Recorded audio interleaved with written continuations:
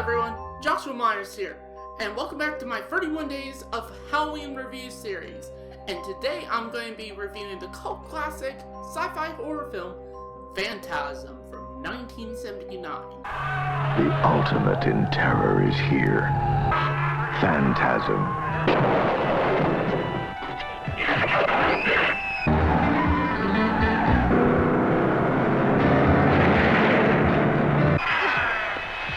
If this one doesn't scare you, you're already dead. Phantasm, rated R. Phantasm stars Michael Baldwin, Bill Thornberry, Reggie Bannister, Angus Scrimm, and is directed by Don Coscarelli. The plot of Phantasm is that this film tells the epic tale of the tall man and his deadly silver sentinel's fears, and the group of small-town friends who must band together to stop his dimension-hopping schemes once and for all.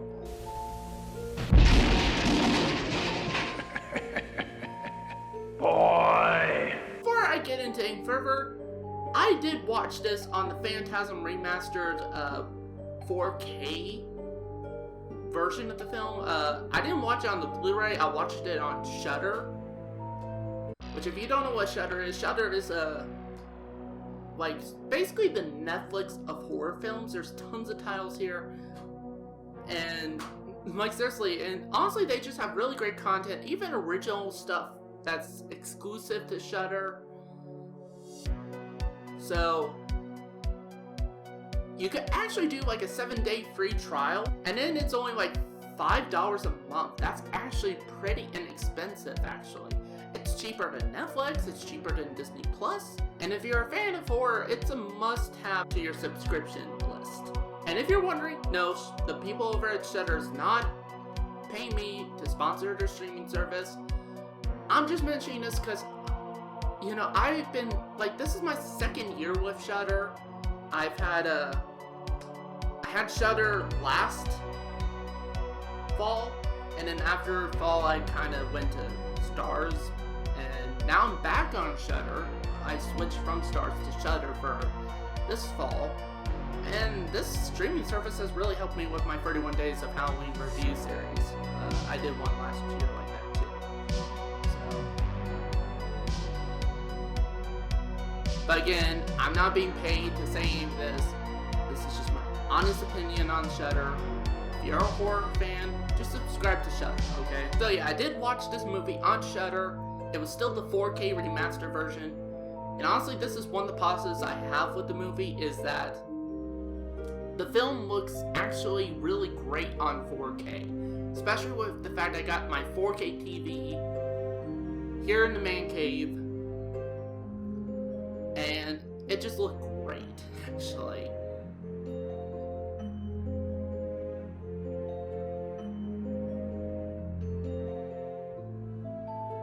Another positive that I have is the characters. I really dug the relationship between the three main cast. You know, you got two brothers, Mike and Jody, portrayed by Michael Baldwin and Bill Thornberry.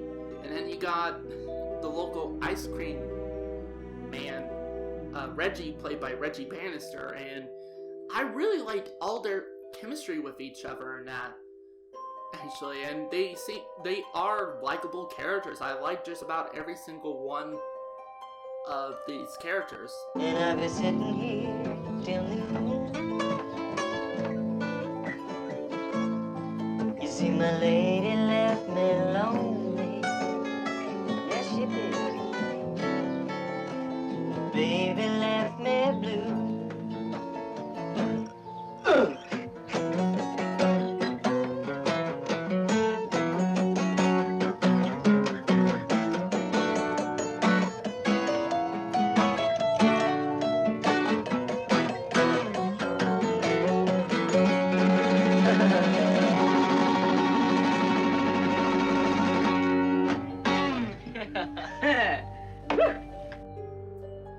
And I didn't want to see anything bad happen to them.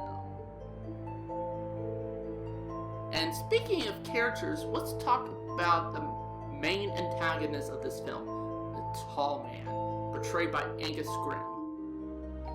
And he does such an awesome job in this movie, actually. Like, I really dug his performance. He came off as intimidating, but also had a, great screen presence to him. The person I can think of that comes close to him in terms of great screen presence like that is Tobin Bell as John Kramer from the Saw movies. And there's so many great quotes from, especially the tall man in this movie. Like, one of the ones I can think of is, "You play a good game, boy, but the game is finished. Now you die." Like that. That's a great quote, actually. You play a good game, boy, but the game is finished. Now you die. Also, there's some really inventive stuff in this movie. Like, I really dug just some of the ideas, like, and these ideas get weird, and I like weird shit. And, like, one of the weird inventions in this movie involves one of the tall man's weapons, and that's these silver sentinel spheres that basically like have like knives coming at I guess knives or spears or like tiny spears or whatever poking out. And then if like there's this one great kill actually where it flies into a guy's head, and then a little drill comes in and drills in his head and is sucking out the blood, and the blood is coming out from his head, and it's just a great kill.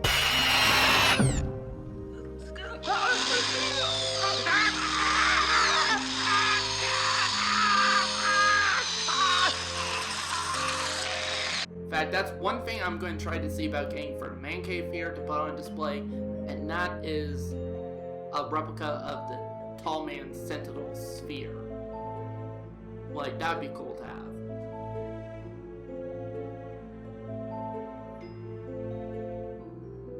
Also, the music is really good in this. It has a really creepy, somber feel to it. In fact, some of the music kind of reminds me of the music from the original Halloween a little bit. Funny considering this came out a year after.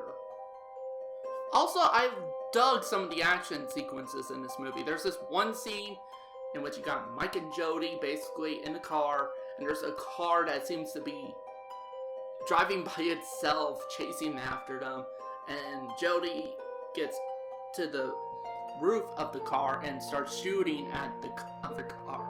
That is actually a pretty fun action sequence, and it kind of almost reminds me of old school Western movies. A little bit. But honestly, for me, that's it for the positives. I do have some mixed thoughts on this movie, so let's get to that.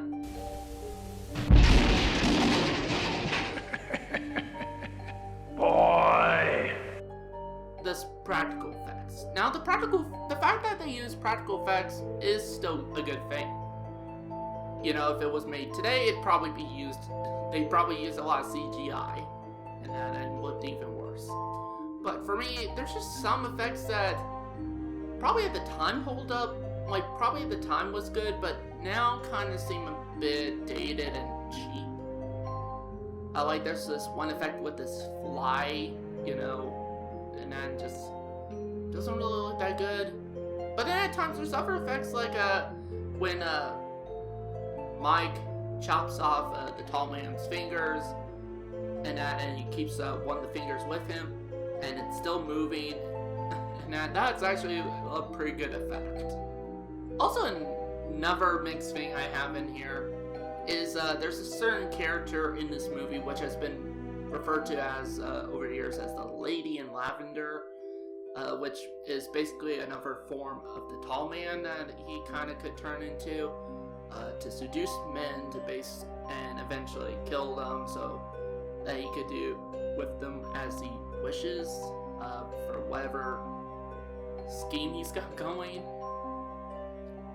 And on the one hand, it is kind of an interesting way of having, some, sexy time in movies. you know, it's kind of an interesting, like, play on that. But, you know, and I know a lot of people, when they see this movie, that's what they think is really cool in that, but for me, honestly, it still feels kind of fucking pointless, actually. It just still comes off as gratuitous, you know, sexiness for the sake of gratuitous sexiness. So, plus she's not even in the movie that much anyway. In fact, she barely gets any lines, really. And I was honestly surprised she got even some lines. So, honestly, I don't get why a lot of people like this character. I mean, in some aspects, kind of see why, but I still don't get it, really. I think they could have easily cut out this character completely, and the movie would still be the same without her. If not, I think it would be a little bit better without her. Another thing that kind of feels like had potential to be really great and everything, but they kind of just, it seemed like they kind of thrown it under a rug, and that's the, they kind of throw in a little bit of a message in there, and that, you know, like, not to, basically not give in to fear, because if you let yourself give in to fear, then the enemy has already won. And that could have been an interesting idea and concept and message and everything. But it's mentioned once in the opening of the movie, and then it's brought back only briefly near the climax, and that's really about it. So, I would have liked to see them try to utilize that message more throughout the movie. And that's it for my mixed thoughts. Now I do have some negatives, unfortunately, so let's get into them.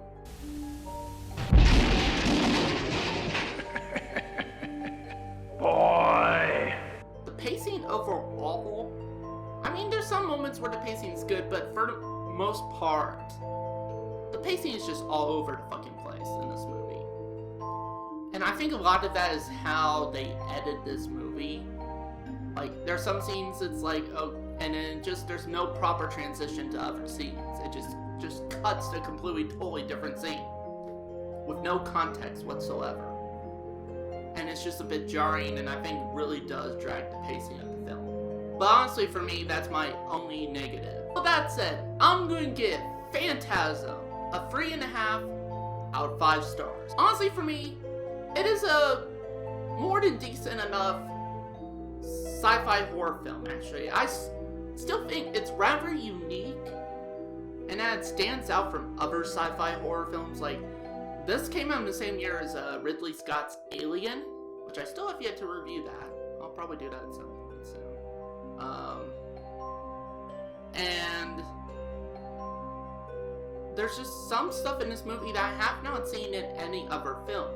But at the same time, too, I feel like there's times where it's kind of clunky and it's kind of all over the place. There's some characters that appear, or one or more characters that appear, and I just honestly think could have been cut out completely, and the film would have been fine, if not better,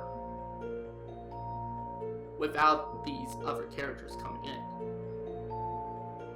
And some of the practical effects haven't aged that well. But with that said, especially with this 4K transfer, it looked amazing for the most part in terms of cinematography and that. I really dug the music. I really cared about the 3 main characters, plus the main antagonist is a cool antagonist, actually. And Angus Scrimm does an awesome performance. And it's sad to see, it's sad that he passed away. And before I end this video, let's give a moment of silence for Sir Angus Scrimm. He will be missed.